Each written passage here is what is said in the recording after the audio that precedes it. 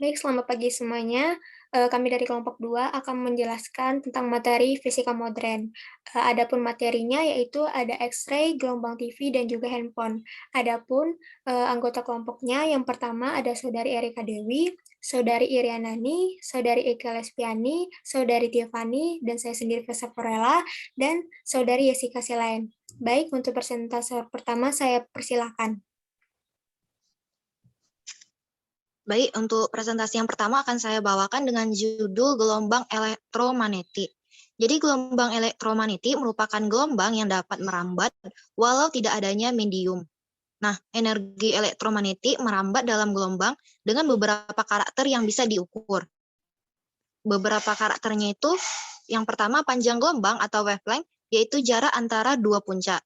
Frekuensi adalah jumlah gelombang yang melalui suatu titik dalam satu satuan waktu. Frekuensi tergantung dari kecepatan merambatnya gelombang. Yang ketiga, amplitudo, yaitu tinggi gelombang kecepatan. Dan yang terakhir, kecepatan energi elektromagnetik adalah konstan atau kecepatan cahaya. Panjang gelombang dan frekuensi berbanding terbalik. Semakin panjang suatu gelombang, semakin rendah frekuensinya. Dan semakin pendek suatu gelombang, semakin tinggi pula frekuensinya. Next.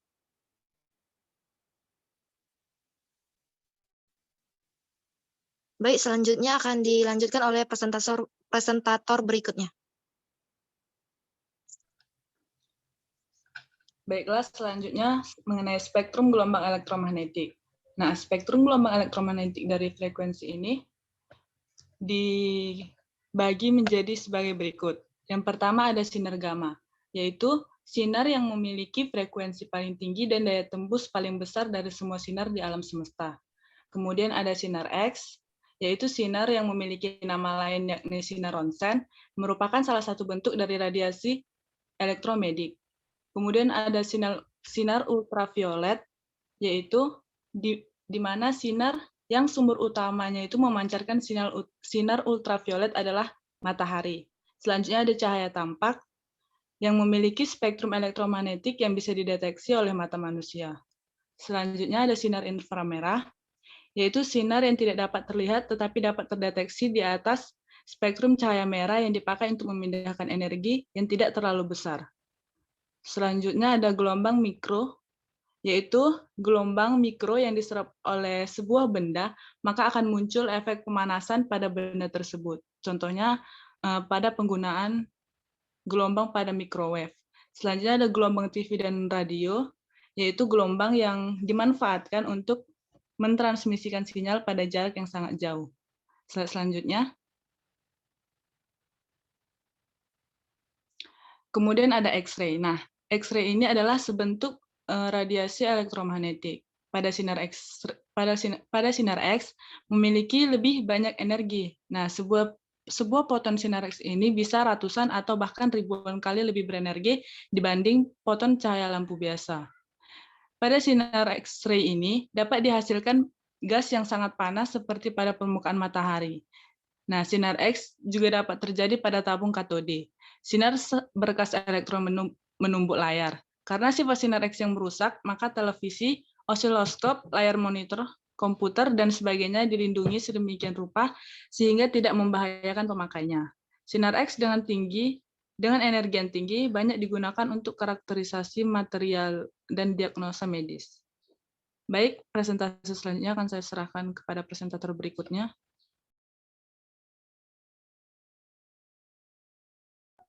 Baik, untuk presentasi selanjutnya akan saya lanjutkan, yaitu dengan materi gelombang TV. Nah, jadi gelombang TV itu adalah gelombang elektromagnetik yang sangat kompleks karena mengandung informasi dalam bentuk suara dan gambar. Nah, itu makanya gelombangnya dibilang gelombang yang sangat kompleks karena dia tidak hanya menimbulkan dalam bentuk suara, tapi juga ada gambar. Selanjutnya, gelombang televisi lebih tinggi frekuensinya dari gelombang radio FM. Nah, mengapa begitu? Karena kalau pada gelombang radio, itu bentuk radiasi dari elektromagnetik dan terbentuk ketika objek bermuatan listrik dimodulasi. Sedangkan pada gelombang TV, itu adalah gelombang elektromagnetik dan merubahnya menjadi energi akustik dan cahaya yang bisa kita dengar dan kita lihat.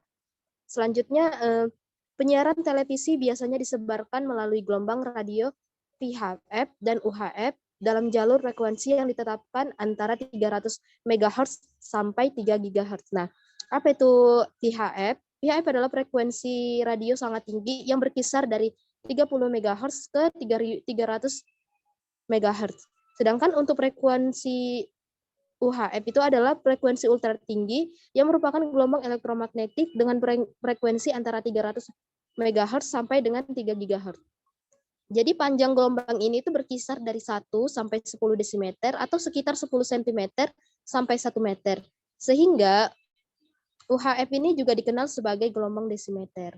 Nah, untuk yang terakhir itu untuk menangkap sinyal gelombang televisi diperlukan sebuah stasiun penghubung atau relay atau bahkan juga membutuhkan sebuah satelit sebagai stasiun penghubung jarak yang sangat jauh. Baik, untuk presentasi selanjutnya akan saya berikan kesempatan berikutnya.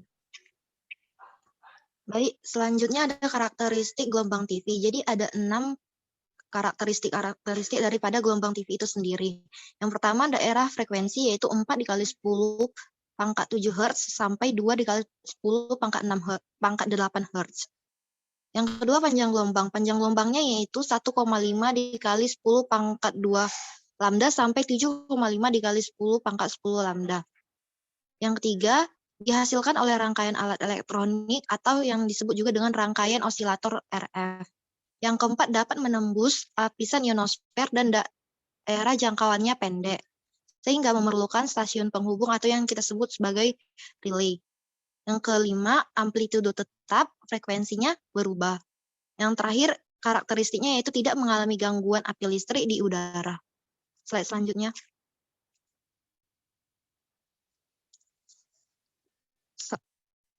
Baik, selanjutnya akan saya serahkan kepada presentator berikutnya. Baik, saya akan menjelaskan tentang manfaat gelombang TV. Adapun manfaat dari gelombang TV ini yang pertama yaitu gelombang televisi banyak digunakan terutama dalam bidang berkomunikasi. Yang kedua, gelombang ini diaplikasikan sebagai alat komunikasi, yakni sebagai pembawa informasi dari suatu tempat atau ke tempat lain. Dan yang ketiga, untuk komunikasi satelit, memanfaatkan sifat gelombang UHF dan VHF yang dapat menembus lapisan atmosfer atau ionosfer hingga dapat mencapai satelit. Baik, presentasi selanjutnya akan dipresentasikan oleh presentator berikut. Baik, presentasi selanjutnya akan saya lanjutkan, yaitu tentang kelebihan dan kekurangan pada gelombang TV. Pertama itu kelebihan gelombang TV. Gelombang TV memiliki kelebihan yaitu menayangkan seketika, gabungan gambar, warna, dan suara, menentukan waktu penayangan mudah. Selanjutnya UHF atau sedikit kemungkinan mengalami gangguan, sehingga membuat siaran UHF lebih tajam dan jelas. Selanjutnya itu tidak mengalami gangguan api listrik di udara. Adapun kekurangan pada gelombang TV yaitu pertama, frekuensi tinggi, yang kedua, relatif mahal, yang ketiga, cepat lewat, dan yang keempat, jangkauan sempit sehingga mudah relay. Slide selanjutnya. Selanjutnya handphone. Kata handphone tentu tidak asing bagi kita. Handphone merupakan sebuah perangkat komunikasi yang telah luas digunakan oleh masyarakat di seluruh dunia. Handphone memiliki ukuran yang kecil sehingga mudah dibawa-bawa dan ringan.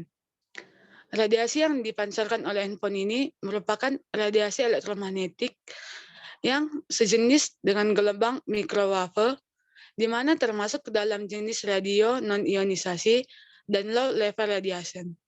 Pemaparan selanjutnya saya serahkan kepada pemapar selanjutnya.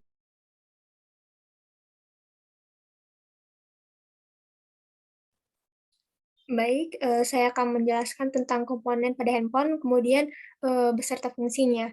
Yang pertama ada namanya rangkaian transmisi atau TX. Nah, di mana ini adalah rangkaian itu berfungsi mentransmisikan atau mengirimkan sinyal ke sinyal radio ke radio operator. Nah, dalam rangkaian ini terdapat namanya TX filter, ada RF power amp, ANT switch, dan juga rangkaian yang lain. Yang kedua ada namanya rangkaian receiver. Nah, pada rangkaian receiver ini itu berfungsi untuk menerima sinyal dan juga penyaring sinyal yang diterima pada ponsel dari BTS. Nah, dalam rangkaian ini terdapat namanya frekuensi synthesizer, RxVCO dan intermediate frekuensi IF modul. Dan yang ketiga ada namanya IC power supply. Nah, IC power supply ini berfungsi di mana itu menyediakan daya pada seluruh komponen yang ada pada handphone. Nah, jadi sesuai dengan kebutuhannya itu daya masing-masing komponen. Nah, IC ini juga memiliki fitur automatic charging dan memutuskan aliran listrik ke baterai ketika baterai itu sudah full untuk dicas.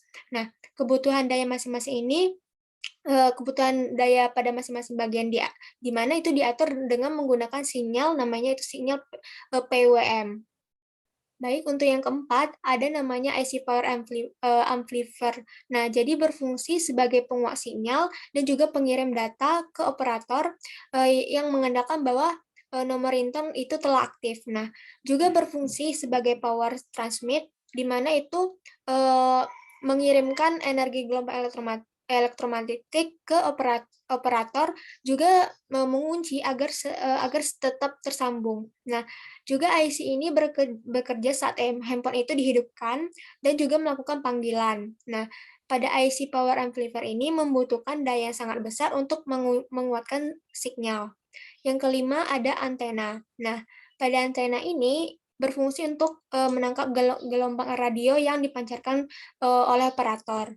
Berikutnya ada displacer. Nah, displacer ini berfungsi sebagai pengirim dan juga penerima gelombang elektromagnetik. Nah, dengan teknologi full displacer ini ada berupa switch antena pada handphone. Nah, jadi kita itu dapat melakukan komunikasi itu secara dua arah.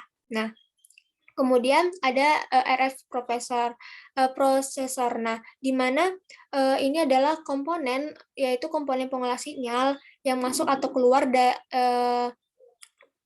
dan memperkuat sinyal pada selisih frekuensi. Nah, fungsi lain dari pada IFAC ini adalah sebagai mixer atau detektor. Kemudian yang kedelapan adalah IC audio. Nah, pada IC audio ini adalah memperbesar gelombang suara serta mengubah getaran dari digital ke analog atau juga sebaliknya. Juga digunakan sebagai pulse code dan juga kerusakan pada IC audio dapat menyebabkan suara menjadi kecil. Baiklah, untuk slide selanjutnya.